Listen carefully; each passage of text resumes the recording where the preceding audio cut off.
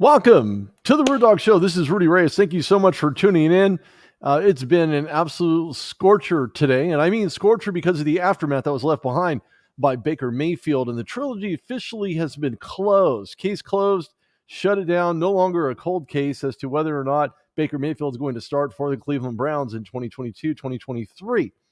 Now, what's really interesting about Baker Mayfield, of course, we've heard a lot of the rumors whether or not Baker Mayfield is going to be the guy who's going to get shipped out in lieu of having Deshaun Watson, who in his own right is having some serious legal issues, and he should be. He should have all the issues that he could possibly handle, but it's not how you handle them. It's not the issues, it's how you handle them and how you contest with quite possibly being the answer to the Cleveland Browns. Unfortunately, it may not look like he'll be the answer this year, could look like that more towards 2023, 2024 campaign.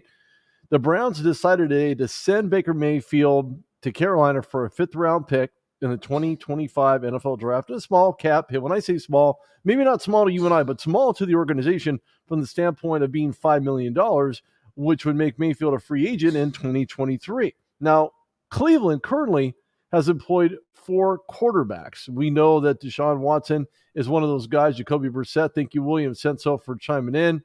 I appreciate it so early on in the show. You're the man. Thank you for that.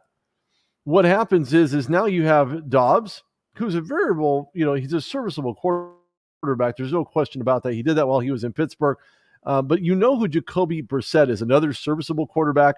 He had played the role in Indianapolis, and he's been around another team other than the Indianapolis Colts. What I like about Josh Dobbs, he's very cerebral. He takes coaching to a different level. He has a very high IQ, very smart guy. But again, one of those things where because he's so cerebral, he's more of a coach, a quarterback coach, or a quarterback, maybe not quite a whisperer, but certainly a coach in the National Football League from that standpoint. And whether or not he's going to see daylight, he could, depending on Jacoby Brissett's performance.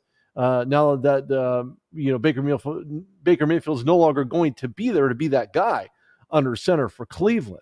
And of course, this is a laundry list of starting quarterbacks in the NFL. We'll talk about that here in a minute. But I certainly wanted to put my own 2 cents into this because it would stand to reason we know what Baker Mayfield is. He may not have been a leader in the locker room. Fans have not really kind of endeared him in the way that maybe he would have liked. Maybe the kind of guy where he was looking to get a lot more of the accolades from fans than he actually was getting.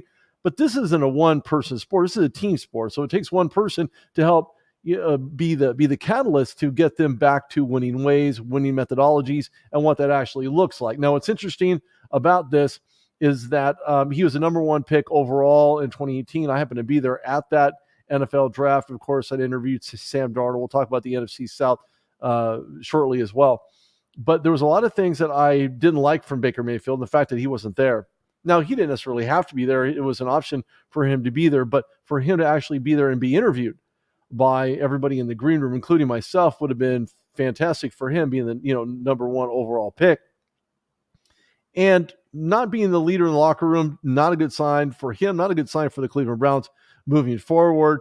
But let's look at this from a different perspective. You're the starting quarterback on any given NFL team. You deserve to have some type of camaraderie with your coworkers. Maybe that was lacking. Maybe that was missing within that locker room. And possibly his coworkers not giving him the type of maybe attention, maybe the type of, way to go, good job, Baker. Maybe there wasn't a ton of that. And a lot of the quarterbacks in the NFL, of course, those that are not for long, we know that the NFL is certainly means that, and no free lunch also is another euphemism associated with those letters. But alas, that's not the case when you look at Baker Mayfield and his tenure with the Browns. He's at par for 500 completions, identical in turnovers with 30 apiece. Now, I can't say that I'm really shocked by this, only because, well, these are the Browns first and foremost. They've had more, and I made a funny tweet out on Twitter discussing how even Phillip Rivers himself has more kids than the Browns had starting quarterbacks. Of course, we know that that's not accurate because we know Cleveland Browns are one of those teams that just continually finds ways to start new quarterbacks. And of course, with Baker Mayfield being the only quarterback outside of Bernie Kosar to lead the Cleveland Browns, lead them into better waters has been a century at least since Bernie Kosar was the starting quarterback for the Cleveland Browns. And you can have that, with, Couch and just a laundry list of other guys. But what's really revealing about this is that during the revitalization of the Cleveland Browns franchise, it's just kind of wild to me when you think about the amount of quarterbacks, the kind of guys that went on to go somewhere else, and or maybe not go anywhere else at all. And I'm sure a lot of these guys in Cleveland will say, you know what, maybe I was a guy at one time. I'm no longer that guy anymore. And the Browns need to find, someone else that's going to do what I was, drafted to do. Tim Couch drafted high in the NFL draft, but they've had 31 different starting quarterbacks. And during those 22 years, they started multiple different quarterbacks, except for 2001, 19, and 2020. Why? Because Baker Mayfield drafted in 2018. And when I look at this guy being first, pick overall, he hasn't made it to any type of Pro Bowls. The numbers aren't exactly stellar. Don't really stand out to me. Nothing about what he has done stand out to me other than one thing and one thing only. He's a consummate professional. And when you look back at his season, he played with a torn labrum. He was able to take my team, the Steelers, out of any type of playoff contention. And with that, enabled him to, to be honest with you, to be that guy. But when you're 6-7 as a rookie, that doesn't exactly, again, scream off the page for other teams who are, at 500 or better, the opportunity to either draft a quarterback or not have ones that are available. And the saddest part about that is that when you look at Baker Mayfield at 1-31, in 2 seasons, 27 touchdown passes the year he was drafted, until it was passed by Justin Herbert, who I think is a much more supreme, and we're talking cerebral earlier about Josh Dobbs, is certainly a supreme cerebral quarterback in the way that he slings that pigskin. I don't know if it's really made out of pigskin, but that's what they call it, and that's what he's been doing out there for quite some time. The Chargers obviously loaded up in the AFC West, but in his own right, Justin Herbert, who also plays extremely prolific, is one of those guys you need to watch out for in 2022. Obviously, from a fantasy perspective, he's one of those guys that you really need to have on your roster as your starter because he could lead you down positive waters in fantasy points if you're into that kind of thing. I'm not a fantasy guy because I'm too busy with reality to deal with fantasy football and everything else I have going on. There's just no way I can fit that in my schedule. So with that being said, I look at the underperforming route that Baker Mayfield has actually taken, and he made up for it in 2020. Of course, as we know, his stats were that much better. But when you look at the Browns' history, again, we're talking about Bernie Kosar and the fact that his 86 season was extremely just outstanding for Bernie Kosar, especially the way that he played in the then AFC Central, and the fact alone that Baker Mayfield threw more than 3 times as many touchdowns, but the interceptions certainly hurt him, especially. And of course, no interception is untimely. They're all untimely. Doesn't matter who you are, doesn't matter what stature, doesn't matter how long you've been in the NFL or how many rings you have. An interception is bad, regardless. And when I look at Baker Mayfield, I think to myself, man, is there any way to send this guy out on a higher note than not being the guy in Cleveland?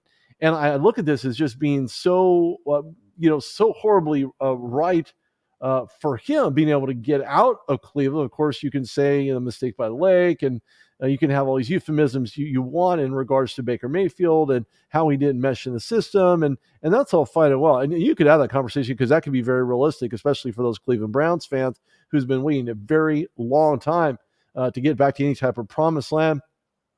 And more importantly, when you look at Baker Mayfield and the fact alone that he had a signing bonus of almost $22 million, certainly begs the question as to whether or not he's going to be able to repeat that performance now that he's in Carolina, because we know that there's nothing guaranteed anymore. He needs to play 1 year to possibly have a shot in being the quarterback of the future for maybe the Carolina Panthers or another team in the NFL that does not have a 500 record. Now, when I look at this, I think to myself, okay, well, Baker Mayfield, not really endeared in the locker room, check. Not really a player's coach in regards to him giving anything back to the rest of the locker room from a positive standpoint. We're always talking about what they do on the field, but it's what they do off of the field. And of course, he has done absolutely nothing wrong off the field. and it hasn't been really a media darling uh, per se. Maybe that could play into the fact that he's just not been that guy. He's found a way to meld himself into whatever situation from Oklahoma in his college days to where he's headed to into Carolina to play for the Panthers, and obviously the Panthers have really not a whole lot to lose. We're going to talk about those numbers here shortly. But it was more about what Baker Mayfield can bring to this Carolina team, who's absolutely played horrible football. I mean, 30th in the NFL in offensive play. When you look at the types of quarterback play, they tried Teddy Bridgewater. They tried their experimental quarterbacks. Hasn't quite worked out to the standard or where they foresee themselves actually playing in a more competitive situation. And that's football in the sense of having situational playing in regards to quarterbacks and using checkdowns and double pump fakes, being able to get out of the pocket and make things happen on the run has been something that Baker Mayfield has done from time and time again. And I don't know if the Browns really looked at that torn labrum and say, you know what, that really didn't prevent him. Well, it did. Because you can't, there's certain motions, lateral motions you just can't make with a torn labrum. You can't throw across your body if you have a torn labrum. There's just, you're very limited in regards to your motion or direction of where you're throwing the ball. So for him to get out there and perform like he did prior to having a torn labrum just isn't realistic. And of course, the Browns are they are the Browns for a reason. And by no means do I say that the Browns don't have an idea what they're doing, but there was a lot of conversation swirling around the general managers and coaches saying, why would you even bother taking a chance on Deshaun Watson when he himself has had nothing but issues and problems legally, as well as, he's been off for an entire year. He didn't play for the Houston Texans and one down last season. And there was it was just a huge conundrum for the Texans to whether or not you're going to give, Woods an opportunity to be a starting quarterback this year. Apparently they will. And I think it was the right choice. Mills, excuse me, David Mills. So I like where the Houston Texans are actually trending right now. They need to get away from the older logic, the older mentality, move into the 21st, 22nd century and think progressively. I mean, we see the Raiders today thinking progressively and using them as a great example. They were in the Stone Ages for quite some time. They utilized John Gruden to the fullest extent that they can to find out, there was a lot of emails circling around that he had sent to other coaches and or lots of other different types of people within different NFL organizations, minimizing women's roles in relation to the NFL. Well, out goes the old and in with the new with Sandra Douglas, who's now the president of the Las Vegas Raiders, is certainly, and I commend her completely for being able to not only achieve that status, but the first African-American, the first woman to be named president for any NFL franchise, shows that, you're going to get away from the Al Davis type of mentality. You're going to get away from, this black hole type of, gameplay. And I don't know if it's been detrimental to the Raiders organization for any, length of time or any amount of time, but I know that this is progressive and moving in the right direction for the Raiders. Now, how that relates to the Houston Texans, they were also involved in some very off-season types of flavorless, connotations, conversations, words that were used for women and or minorities in general. I just don't. There's no place in the NFL for any of that, and nor is there going to be any place in the NFL for any of that. And if it's allowed in an NFL locker room, if it's allowed in the front offices, if it's allowed by ownership and presidents, they can either sell the team or fire the people that are associated with that horrible and horrific behavior by them, because it reflects negatively on the franchise. And it affects sales. It affects, the types of mentalities inside of the locker room. It just affects the team overall. And not to mention the legal ramifications of what they contend with when they contain that type of mentality, when they consistently disregard other people in lieu of trying to forge their own path, which may not be the right one to take. So with that being said, heading back to Baker Mayfield, now as an organization, the Browns themselves have been in a kind of a stalemate in regards to, waiting for Watson, waiting for the deliverance, which I probably would have thought this week would be the day, maybe tomorrow, perhaps sometime next week, as an independent arbitrator will be a part of the decision-making process as to what happens to Deshaun Watson. Now, Jacoby Brissett, yeah, okay, serviceable. The guy will play probably, I'd say six games max. And if that doesn't quite show up, they're going to put in Josh Dobbs. They don't have a lot of options. And that's what is so frustrating about the Cleveland Browns organization, not only from a fan's perspective, but from an organization perspective, because now they don't have any quality leadership to back that up. Not that they've had tons of quality leadership from the quarterback perspective, but they do not have that moving forward. They're going to have to wait. They're going to have to, maybe draft a quarterback, release Jacoby Brissett, maybe Josh Dobbs. That all remains to be seen.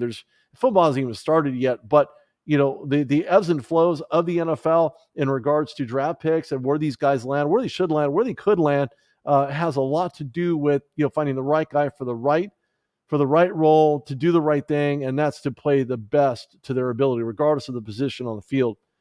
And when I look at where the wild card game was when it comes to Cleveland beating Pittsburgh, it was their first franchise playoff win in like a quarter century. So that's a long time to wait. Browns fans will have to wait that much longer because there's so many more unforeseen and unforeseeable things that could happen. And there's no way to really kind of pin the tail on the donkey in regards to, well, that's the issue. That's the problem. They're going to have to do some soul searching and maybe some quarterback searching in free agency. We know that Colin Kaepernick is out there. I don't know if he'll even be remotely considered to acquire a starting position in the NFL. Don't know that he's ready to play in the NFL.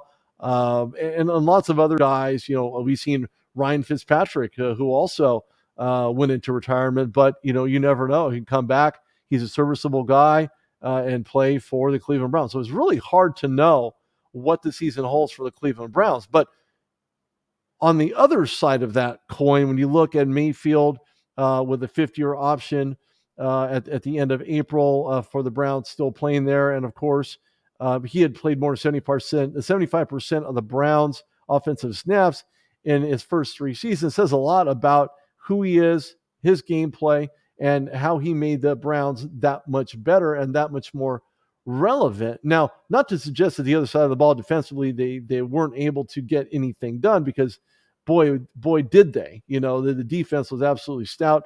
They dropped a lot of different types of players right on their hind end and really made a name for themselves defensively last season. But again, injuries, interceptions by the offense, Baker Mayfield not playing as well as he probably could have, a torn labrum he played with. So there's a lot of questions around that.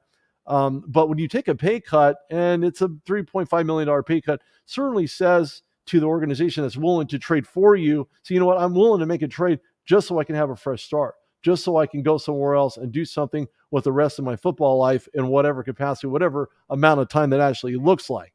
This is Rudy Reyes on the Rude Dog Show, Coachella Valley, as well as today's California, today's Canada, as I'm broadcasting live from, so live on YouTube, live on Twitter. This will be on TheRudeDogShow.com.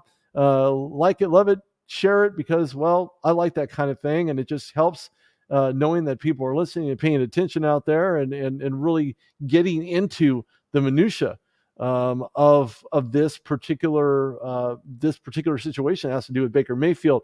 And what's really interesting is that when I look at this and I think to myself, man, the bad news could consist of the Panthers not being as good despite some of the upgrades on the other side of the ball. Obviously, now we know Baker Mayfield's trending towards the NFC South. It was more about the offensive line struggles that really hampered the Panthers last year. They did some upgrades. They acquired a Super Bowl champion on that line. I was on yesterday with Dustin Pfeiffer as well as Mean Gene. We're going to be doing a live show from Las Vegas at the Virgin Hotel and Casino. Hi, Maria. Thank you so much for tuning in. I appreciate it. Showing the love. Thank you. And it's going good, Facebook user. Whoever you are, I'm not quite sure, but thank you for tuning in. I certainly appreciate that. Any questions, anything at all, feel free to reach out to me, ask questions. I love, chatting on Twitter in regards to the NFL season at Rude Dog Reyes. You can go to TheRudeDogShow.com, find a lot of the quality content I've been able to put out over the last 8 years and counting, I must say. So when we're looking at the Panthers and the types of protection for Carolina is going to have to come off of the paper and really help keep and not only keep Baker Mayfield upright, but prevent the pass rush from coming through in such a way that will allow him to make those completions. Because again, when we look at that 50-year option, he can play into some more money. And I'm sure those incentives are there. They're written in stone and they're written in his contract that he signed with Carolina. But this can be a very crowded locker room. You have Matt Corral, you have Sam Darnold, now you have Baker Mayfield. Now, I don't know who the elder statesman is here. We know that they have 2 first-round picks in Sam Darnold, who I would have liked to have seen play that much better, not only while with the Jets. Of course, we know what happened there with Matt Nagy and that whole debacle in the offensive line, but more importantly, how he has played since he's been in Carolina. And more importantly, it's about quarterback play, but it's about protection as well. If you don't have the protection up front, you can try to throw the ball 10,000 times, and it's not going to really matter because you don't have the protection up front to make sure that ball leaves your hands and gets to a receiver or tight end in red zone opportunities or even non-red zone opportunities for that matter. But when I look at the Panthers, at first glance, they're going to be better than a 7-10 team, I believe. They're certainly going to have to make this happen a lot sooner than later. And what I really enjoy about this is that now Baker Mayfield's going to have a fresh start. If he's going to be the same old Baker Mayfield, well, that's probably going to end up a lot sooner than later. But it's not going to be a monetary negative for the Panthers. This is more about essentially him trying to find a way out. Again, if for some reason they tank, if that's even a word in the NFL, it could be to some extent. I know it's a no-no in the NBA in regards to tanking. I just don't think it should happen that way. But when you look at tanking, you think of Matt Rule. Now, Matt Rule is on his 3rd year, hasn't done a whole lot with the team, and being the quarterback whisperer, being the offensive guy, the head coach, the guru, I didn't see a whole lot from him, and it's just kind of sad that there's an experiment. I call it an experiment. I call it's the exception, but not the rule. Experiment has to do with Matt Rule. Of course, you probably see what I did there. But I do like the fact that, the Carolina Panthers have their man, or could it be their man, at least at this point. Matt Corral gets to learn from Baker Mayfield, but that just leaves Will Grier to wonder if he's going to stay on the practice squad. Sam Darnold could be the backup. He knows the playbook. He knows the system. And I really foresee Sam Darnold being that backup for him. How that looks as you get towards the middle of the season in the NFC South, when you have, the Falcons, you have the Saints, and you have the Bucs along with the Carolina Panthers. Certainly, could that be more competitive? That remains to be seen. I can't say for certain. I would like to think that the NFC South would be one of the most critically and hard played divisions in football. I just don't know that it will be, at least not at this point. But I think it's more about, Matt Rule becoming progressive when it comes to play action, progressive when it comes to, having the protection up front, which he now has. He has a quarterback under center now. And so I'm really trying to cement Matt Rule as the coach moving forward for the Carolina Panthers. I just have a problem with that. I have a problem with not only the way that he's ran this team up to this point, and I'm not saying he's running them in the ground by any means, but to the extent of what that means to the rest of the NFC South, it's a bigger question as to whether or not he can get past that hump, if he can be that guy to be that head coach. And, I don't think anybody should necessarily be consumed who the Panthers of old are, as they're trying now to turn the corner with Baker Mayfield into more than a 500 team. And of course, process started yesterday with the announcement. And I think he's not only needing to become more acclimated in regards to play calling for Matt Rule, but how that should interpret into who Baker Mayfield is, who he needs to be, which is the student of the game, and build the camaraderie fastly, very, very fast. And by some chance, if Rule isn't the guy to get it done, will the Panthers be that organization that will not only find a way to bring back some of the old school logic with a wash and repeat head coach, otherwise been around the proverbial NFL block a few times? I mean, after all, there have been some mishaps, especially in the NFL, We see that in the NBA. In addition to that, to relieve glory years from a coach who consistently has had teams that he's led into 500 seasons consistently. That's not what the Panthers need right now. They need a solid core. They did some upgrades in the coaching staff, which certainly will help. Different minds, different attitudes, different coaching perspectives. And Matt Rule needs to be a part of the solution and not part of the problem. You've heard me say on this show quite a few times. But the bigger question is whether or not this head coach experiment is the exception and not the rule. I don't suspect that the Panthers will make a run at the Super Bowl, especially what lies ahead in their schedule, which sees the Cleveland Browns in week 1. So it really makes you wonder, where this is actually going for the Carolina Panthers. But make no mistake, there's going to be some competitive spirit flowing in the NFC South. The keys will be in the driver's seat for the Tampa Bay Buccaneers, who came up short, heading to another Super Bowl run. Saints have been on the rise, but last year, Jameis Winston, the untimely injury, forced Ian Book into a starting role that he was seemingly prepared for to step into. But you can find that interview. And hi, right back at you, Coachella Valley. Thanks for tuning in. I appreciate it. Thank you for the platform as well. You see Ian Book starting into a role where maybe he was ready, maybe he was not, but you can actually you can check out that interview on the Rude Dog Show on my YouTube channel. And stay home, people. Watch the show. We appreciate it. Thanks for those kind words, Coachella Valley. What I caught up with him in this past Radio Row in Super Bowl, that was going on in LA. But of course, when you look at the Atlanta Falcons, you believe that Matt Ryan, who was drafted by the Falcons originally, would have never been on the trading block, but they needed new blood, a new guy under center. And to be honest with you, I really think of this as maybe Matt had not found himself in this system. He did take them collectively, but the quarterback starter under center and Matt Ryan took the Falcons where they had never been before, and that was to a Super Bowl. So certainly there's a lot to be said for Matt Ryan now with the Indianapolis Colts and the heir apparent starter now that they had to gut certain components on that offensive line. Look, the NFC South is going to be very competitive this season. It's not like that of the AFC West by any imagination. We're going to see 3 teams at 500 acting as a spoiler, or when others are attempting to throw them off the cliff. Maybe a playoff bid. Who knows? It's way too early to tell when the other team or teams will be acting as spoiler this fall. It remains to be seen who those teams are actually going to be. But rest assured, there's plenty of football to be played.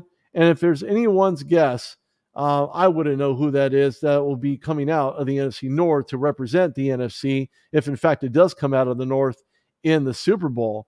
And based on the numbers, the Browns will relatively have $10.5 million in dead money, which to them, I guess, is not a lot of bread to lose, which leaves $8.35 million in cap space. And of course, Panthers are taking on about a $5 million hit, which again for them is not really a hit. There really isn't a whole lot of dead money associated with that. But again, keep this in mind. Baker Mayfield in 2018, 2019, and 2020, he's played in 14, 16, 16, and 14 games. He's QB percentage is not very high. Completion about 62%. Thrown for 14,125 yards. Completed only 61% of those passes. Completed 1185. Attempted 1924. His interception ratio is 2.9. So I mean he's right there. His win-loss record is 30-30. And the games played was 59 at a QBR rate of 87.7. So with all those numbers being said and where he is right now, I really foresee the Carolina Panthers utilizing his services. Hopefully a torn labrum is healed and ready to go, because they're going to need him a lot more as the season goes on, being the heir apparent starter under center. Bigger question is do you give the backup responsibilities to Sam Darnold because he knows they playbook all that well, or do you hand it off to a guy in Matt Corral who was just drafted in the 2022 NFL draft? All that remains to be seen.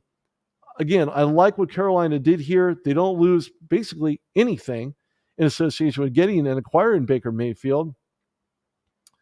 And more importantly, I think that when you look at Baker Mayfield, he could have a relived career. I still believe there's gas in the tank for him.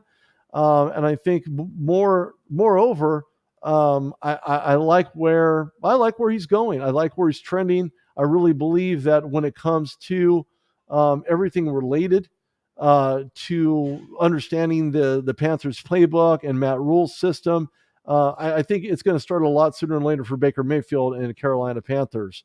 Uh, Wanted to give my 2 cents on this. This is Rudy Reyes on the Rude Dog Show. Coachella Valley has me on the platform, and thank you, Coachella Valley. I certainly appreciate it. And more importantly, today's California, today's Canada, eh? And of course, stay tuned. I will be with the Sports Kings and Dustin and Gene in Las Vegas at the Virgin Hotel and Casino. I certainly appreciate you guys tuning in. Thank you so much. And with that being said, I'll see you guys tomorrow. Have a great night.